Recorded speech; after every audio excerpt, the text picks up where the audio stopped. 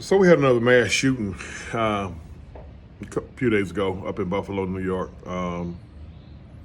Young white male went to a grocery store, a supermarket, and opened fire and subsequently killed 10 to 12 people and injuring a few more.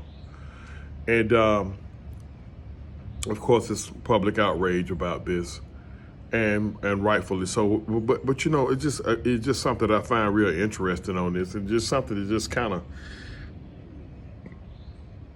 of head scratcher. Now, with what's going on in the world, you got just about, I would say about anywhere. It's safe to say about, excuse me, about 50 to 65% of the American public not is some kind of way has access to or is carrying some type of firearm, if you will, whether you're licensed to carry it, or here I live in the state of Georgia, and now it's an open carry state. It's just I guess what I'm trying to get at is how can this happen without some type of pushback?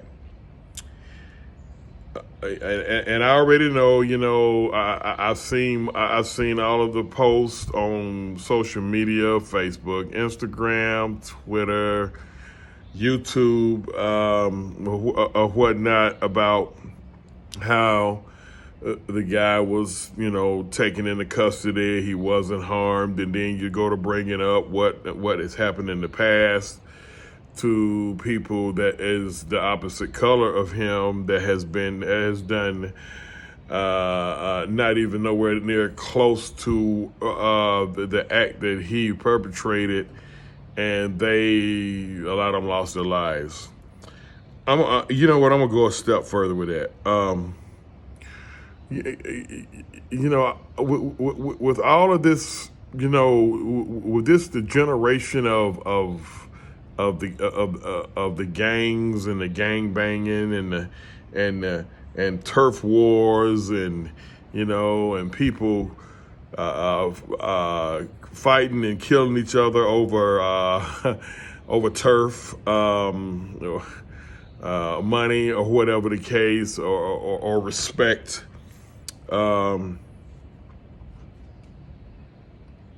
How was this kid able to go into a neighborhood like that and perpetrate an act like that, and it's no pushback? And I'm talking about public pushback. Like, when I looked at a list of the few of the people who tragically lost their lives, a lot of those people were elders, appear to be elders at any rate. And I'm in amazement because, like,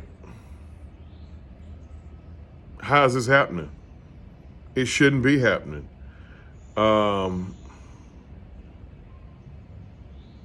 Nobody should be losing their life like that in a setting like that, and nothing is happening from the community. Now, I already know how some of you all are taking this, and quite frankly, I don't give a shit. But that dude,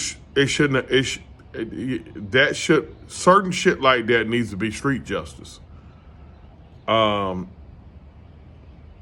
He's a piece of trash. He doesn't deserve to exist, really. And street justice, when is street justice going to take over? That, when something like that, that'll be a perfect time for all of you so-called tough guys and gals out there who y'all spend a whole lot of time out here throwing throwing bullets at each other and killing each other over God knows what or whatever you think is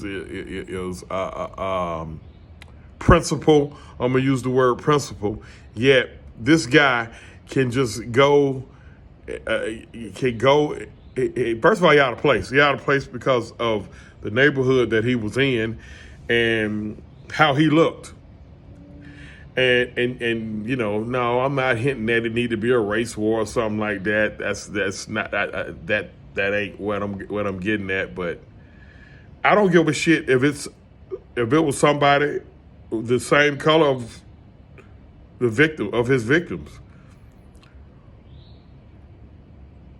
You would think with all of these,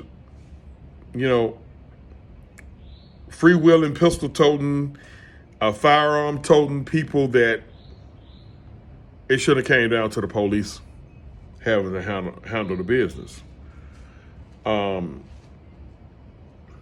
It's sad. It's disheartening. And I'm just not understanding how this shit was able to go down, and he was just able to be taken into custody. Like, when the police got there, he should have been laying as well, in my opinion. That's really, there's no way to sugarcoat it or clean it up. He should have got messed up as well. RIP to the families. RIP to the people that passed, I'm sorry, and condolences to the families that's got to be put through this grief.